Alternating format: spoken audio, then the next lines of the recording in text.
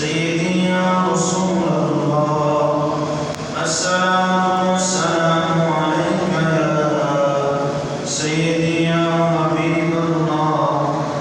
السلام والسلام عليك يا سيدي يا خاتم النبيين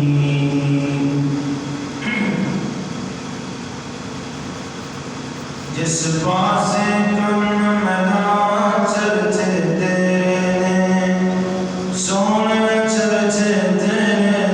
جس پاس کن ملا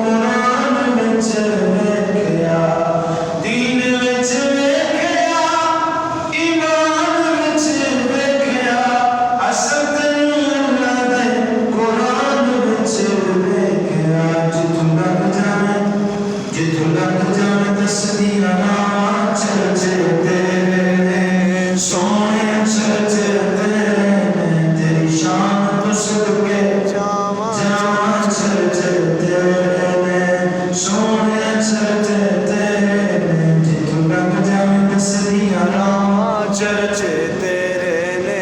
سونے چلتے تیرے تیری شان تو صدقے جاواں چلتے تیرے سونے چلتے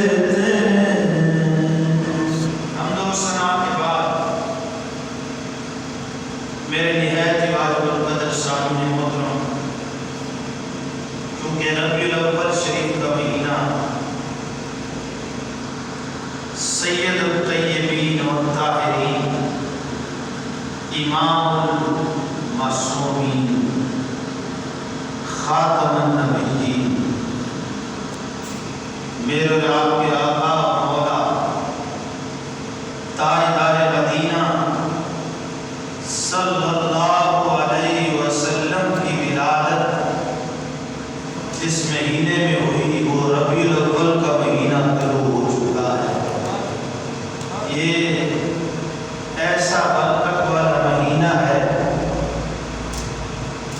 دعا کرو اللہ تعالیٰ اس پاک مہینے کی برکت سے اللہ ہمارے ملک کو سلامتی عطا فرمائے، اللہ ہمارے مسلمانوں کی خیر فرمائے، ہر گھر میں اللہ اپنے محبوب کے توسل سے رحمت کی بارش کا نزول فرمائے، ہر بندے کے جو نیک مقاصد ہیں اللہ تعالیٰ اس پاک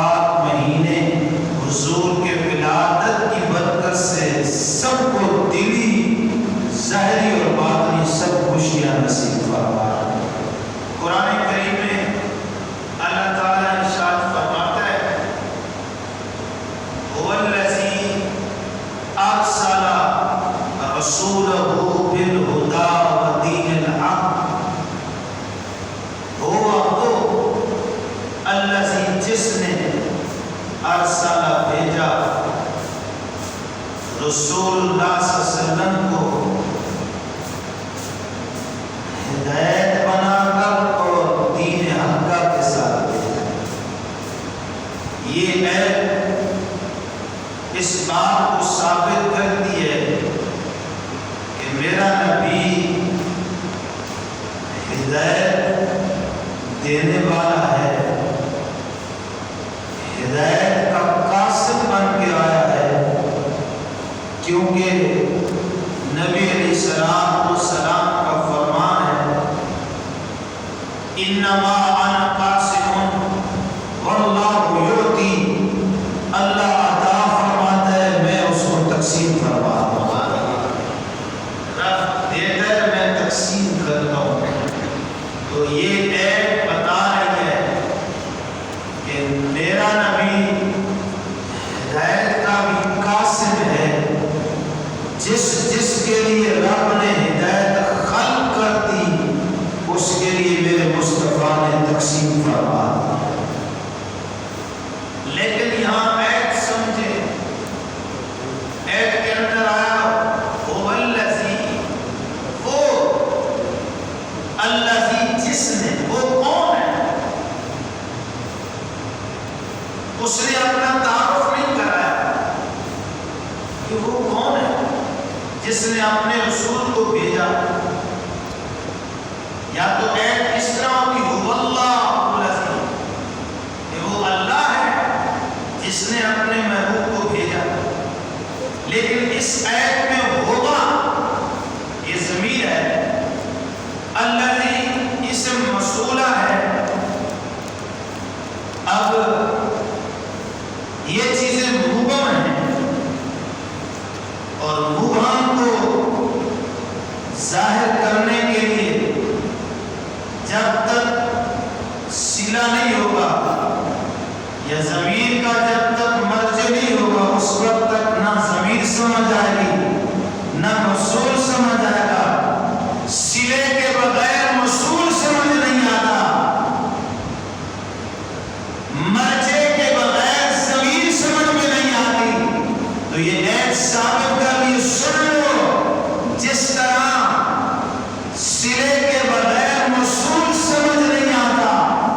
مرجع کے بغیر ضمیر سمجھ میں نہیں آتی، اسی طرح رسول کے بغیر خدا سمجھ میں نہیں آتا۔ سبحان اللہ۔ خدا کی معرفت حضور سے ہے، اگر حضور کو سمجھو گے تو پھر خدا کی سمجھ میں آ جائے گا۔ یعنی پتہ چلا اللہ کی معرفت بغیر رسول کے نہیں ہے، رسول کی سمجھ سے،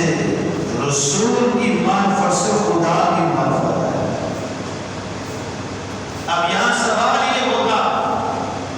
تم کہتے ہو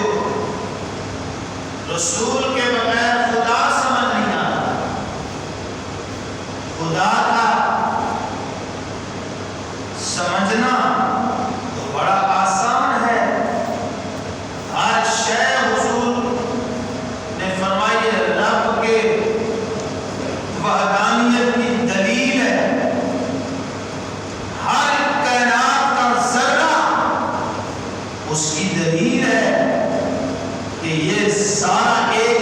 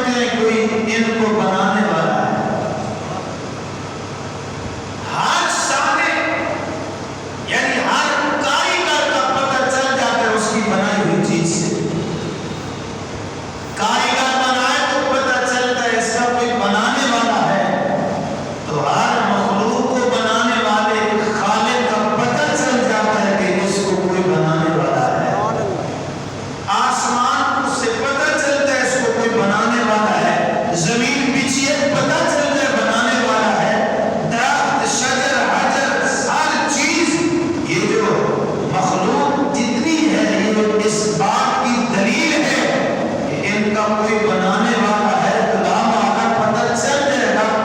اللہ کے علاوہ تو کسی چیز کو کسی نے نہیں بنایا۔ قرآن کی آیت سے آپ سمجھے، اللہ فرماتا ہے ان فی خلق السماوات والارض واختلاف اللیل والنہار، آسمان اور زمینیں، آسمان اور زمینوں کو بنانے، خلق مانے وہ پیدا کرنے والا، ان فی خلق السماوات والارض، زمینوں کو بنانے والا بھی خدا ہے، آسمانوں کو بنانے والا بھی خدا ہے، واختلاف اللیل، رات کو اور دن کو تبدیل کرنے والا بھی خدا ہے، کبھی رات ہوتی ہے کبھی دن ہوتا ہے، والفلک التی تجری فی البحر، اور جو سمندروں میں دریاؤں میں کشتیاں چلتی ہیں یہ بھی تو خدا چلانے والا، اور بما ينفع الناس، لوگ نفع اٹھاتے، وما انزل اللہ من السماء ماء، آسمان سے پانی نازل کرنے والا بھی خدا ہے، زمین مردہ کو زندہ کرنے والا بھی خدا ہے، وبث فیہا من کل دابہ، ہر قسم کے جانور اس میں پھیلائے، وہ پھیلانے والا خدا ہے، وتصریف الرياح، ہوائیں چلانے والا بھی وہی، والسحاب المسخر، بادلوں کو چلانے والا بھی وہی، بین السماء والارض، زمین و آسمان میں ہوائیں چلتی ہیں، بادل برستے ہیں، یہ جن ہیں، نباتات ہیں، حجر ہیں، شجر ہیں، یہ ساری چیزیں یہ دلیل ہے کہ خدا بنانے والا ہے۔ اس کو میں بھی تسلیم کرتا ہوں، آپ بھی تسلیم کرتے ہیں۔ پھر سوال یہ ہے کہ جب یہ ساری چیزیں اللہ کی وحدانیت کی دلیل ہیں تو تم کہتے ہو صرف دلیل مصطفیٰ کی ذات ہے، اللہ کی وحدانیت کی دلیل جو مصطفیٰ ہیں، تو پھر یہ ساری یہ بھی تو دلیلیں ہیں۔ پھر سنو، دلیل دو قسم پر ہوتی ہے، ایک دلیل ناطق ہوتی ہے، ایک دلیل خاموش ہوتی ہے، ایک خاموش دلیل ہے، ایک ناطق دلیل ہے، یہ ساری چیزیں دلیلیں ہیں لیکن خاموش دلیل ہے۔ کیسے خاموش ہے؟ بھئی سورج کو لوگ پوج رہے ہیں، پوجتے رہے ہیں، سورج نے کبھی ان کو منع کیا ہے بھئی مجھے نہ پوجو؟ بولے آج تک سورج پرست، سورج کی پوجا کر رہے ہیں،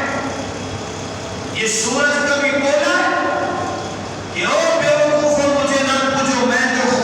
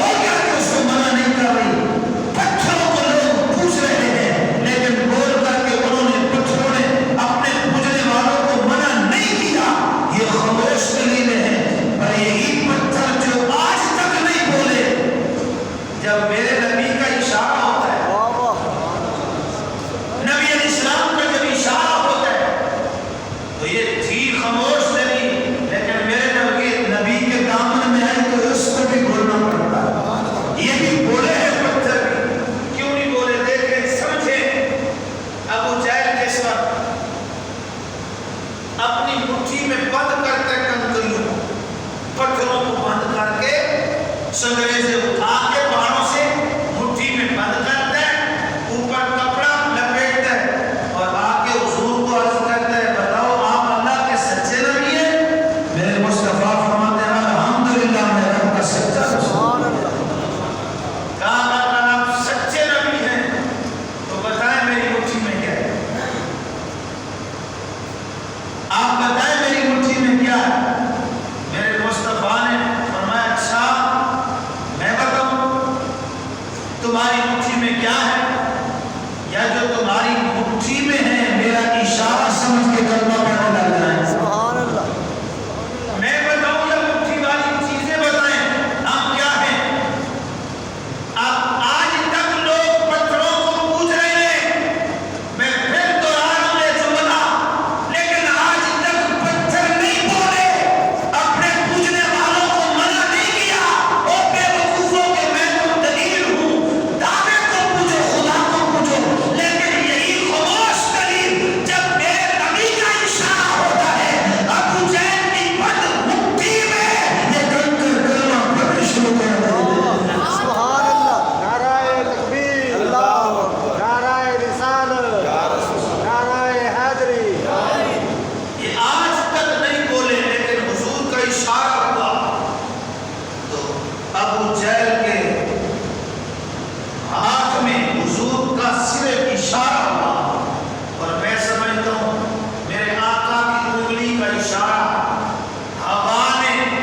حضور کی انگلی کا بوسہ لیا اور بوسہ لے کر پہنچی وہاں جہاں پر وہ سنگریزے قید تھے، ابو جہل کی مٹھی میں قید تھے۔ جا کے وہاں جب مس ہوئی تو ایک تو ان کو قید سے رہائی ملی ہے، دوسرا وہ کلمہ پڑھ کے بتا رہے ہیں کہ اللہ کا نبی اللہ کے رسول کی رسالت کی بھی گواہی دی ہے اور اللہ کی وحدانیت کی بھی گواہی دی ہے۔ سبحان اللہ۔ تو یہ میرا آقا ناطق دلیل ہے، اللہ کی دلیل مصطفیٰ ناطق دلیل بن کے آیا ہے۔ یہی وجہ ہے کہ جس وقت جانوروں کو سجدے کرتے ہوئے دیکھا نا کہ حضور کو آ کے سجدے کرتے ہیں تو صحابہ نے عرض کی حضور یہ جانور سجدے کریں، ہم تو پھر انسان ہیں آپ سے پیچھے ہٹیں۔ میرے آقا نے فرمایا میں اپنے آپ کو سجدے کروانے کے لیے نہیں آیا، واہ واہ،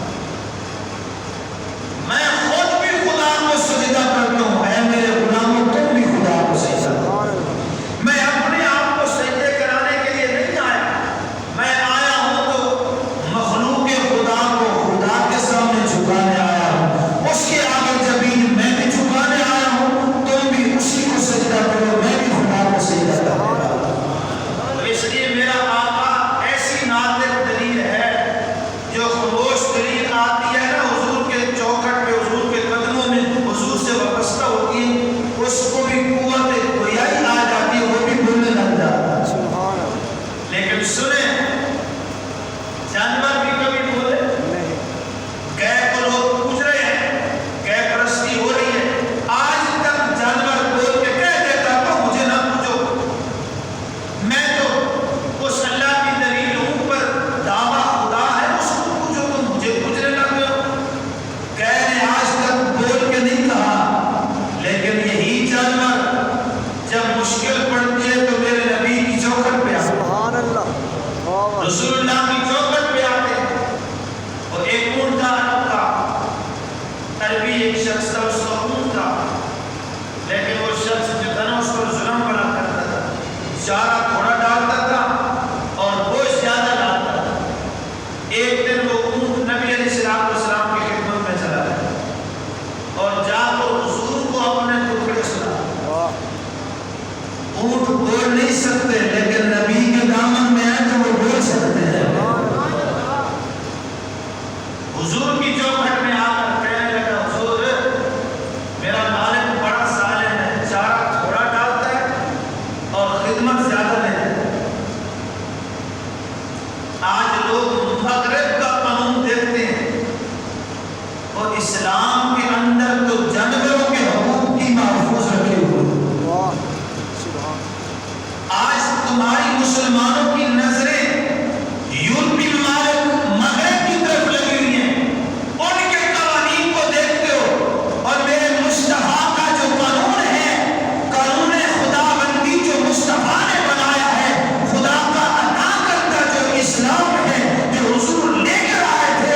یہ ایسا قانون ہے، دنیا کے سارے قانون ایک طرف ہیں، ان میں پھر رد و بدل ہو سکتی ہے، ان میں ظالم ظلم کر سکتے ہیں، یہاں اسلام ایسا قانون ہے، اس میں انسان تو انسان، یہاں تو جانوروں کے حقوق بھی محفوظ رکھے گئے ہیں، یہاں تو جانوروں کے حقوق بھی نہیں مارے جاتے، ادھر تو انسانوں کے حقوق کو پامال کیا جاتا ہے، لیکن اسلام میں جانور کا بھی حقوق محفوظ کیا جاتا ہے، جو اس کا حق ہے اس کے مالک سے اسے دلوایا جاتا ہے۔ آج فیکٹریوں میں لاکھوں مزدور کام کرتے ہیں، لیکن ان کا مالک ان کا جو حق ہے ہو سکتا ہے صحیح طریقے پہ ادا نہ کرتا ہو، کام زیادہ لیتا ہو، پیسے تھوڑے دیتا ہو، قربان جاؤں یہ تو میرے مصطفیٰ کی ذات ہے، کام بھی لیتے بھی ہیں اور مزدور کو مزدوری بھی دیتے ہیں، اس کو کھانا بھی دیتے ہیں، اضافہ بھی دیتے ہیں، اور کبھی ایسا بھی کرتے ہیں اس سے کوئی چیز لے کر قیمت دینے کے بعد جب وہ واپس لوٹنا چاہتا ہے وہ چیز بھی اسے ہدیے میں دے چھوڑتے ہیں۔ وہ عرب کا جو اونٹ تھا وہ شکایت کر رہا تھا، تھوڑی دیر گزری اس کا مالک بھی پیچھے آ گیا، سرکار نے پوچھا یہ تمہارا اونٹ ہے؟ کہنے لگا حضور ہاں، فرمایا اس کو ہمارے ہاتھ میں پیش کرو، تمہارا اونٹ تمہاری شکایت کر رہا ہے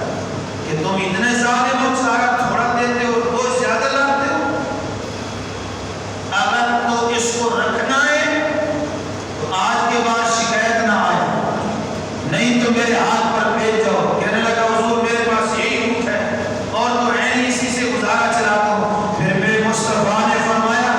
اس کی آج کے بعد شکایت نہیں آنی چاہیے، اس کو کھلاؤ بھی اچھی طرح، پلاؤ بھی اچھی طرح، جیسے کام لیتے ہو اسی طرح کھلایا پلایا بھی کرو۔ نبی علیہ السلام کو سلام کے دامن میں جو خاموش دلیلیں ہیں نا، لوگ اونٹوں کو پوجتے ہیں، جانوروں کو پوجتے ہیں، شجر و حجر کو پوجتے ہیں، لیکن شجر حجر بولتے نہیں، ان کو کہتے ہیں یار ہمیں نہ پوجو، ہم تو دلیلیں ہیں، خدا کو پوجو، وہ دعویٰ ہے، لیکن یہی چیزیں جب میرے نبی کے دامن میں آتی تو یہ بولنے لگ جاتا ہے۔ شجر و حجر بولے، سورج بول نہیں سکتا کیونکہ سورج پرست اس کو پوج رہے ہیں، سورج بول کے ان کو منع نہیں کرتا، لیکن جب میرے نبی کا اشارہ ہوتا ہے تو یہ سورج بھی بولتا ہے، لیکن بولنا کئی قسم کا ہوتا ہے، یہ نہیں کہ آواز ہو تو پھر ہی بولنا سمجھا جائے، نہیں، آواز نکلتی تو لوگ کہتے ہیں پتہ نہیں سورج سے کہاں سے آواز آ گئی، چاند سے کہاں سے آواز آ گئی، ان کا بولنا اور طریقے پر ہے، کسی ہر چیز کا بولنا ہر حوالے سے رہتا ہوتا ہے۔ اب سورج نے کس طرح بول کر کے میرے مصطفیٰ کا اشارہ سنا اور بولا، مقام صدعہ کا خیبر کا مقام ہے، خیبر والے صاحب، خیبر والے نے نبی علیہ السلام نے نماز پڑھ لی جیسے کہ، لیکن حضرت علی کو آپ نے نہیں پڑھی، حضرت علی شیر خدا نبی علیہ السلام کی خدمت میں حاضر ہو، پہلے کہیں کام پہ گئے ہوئے، جب واپس آئے تو سرکار نے فرمایا علی اپنی گود بچھاؤ ذرا، میں نے آرام کر لیا۔ حضرت علی شیر خدا نے حضور کے سامنے اپنی گود کو بچھایا، میرے آقا علیہ السلام علی کی گود میں آرام فرما رہے ہیں، اور جب علی کی گود میں آرام فرما رہے تھے تو حضرت علی نے اثر کی چونکہ نماز پڑھی نہیں تھی اور حضور کو بھی نہیں کہہ سکے کہ ادبر حضور میں نے تیری نماز پڑھی نہیں، مولا علی نے باری تیری نیند پر نماز، مولا علی نے باری تیری نیند پر نماز، وہ بھی اثر جو سب سے اعلیٰ قدر کی ہے، یہ نیند کو حضور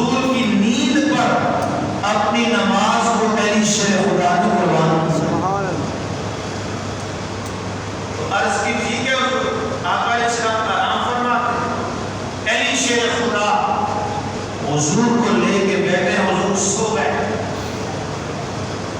ان اسماء بنت امیس رضی اللہ تعالی عنہا آپ فرماتی ہیں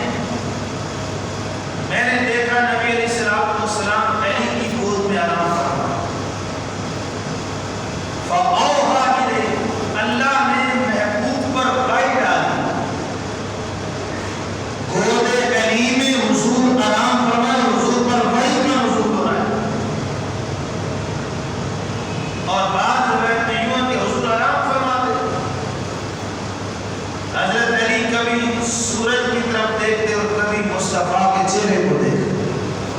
کبھی ڈوبتے ہوئے سورج کو دیکھتے، کبھی مصطفیٰ کے چہرے کو دیکھتے۔ کیوں دیکھ رہے ہیں؟ عصر کی نماز بڑی اہم نماز ہے۔ نبی علیہ السلام نے فرمایا اگر کوئی بندہ عصر کی نماز چھوڑ دے، جان بوجھ کر چھوڑ دے، سمجھ لو اس کا مال بھی ہلاک ہو گیا اور دنیا و معافی میں جو کچھ ہے وہ ہلاکت میں پڑ جائے، دنیا اور آخرت اس کی ہلاکت میں پڑ گئی، برباد ہو۔ اتنی اہمیت کی ہے یہ نماز، لیکن جس نے اس کی حفاظت کی میرا خدا اسے جنت عطا فرمائے۔ اس لیے عصر کی نماز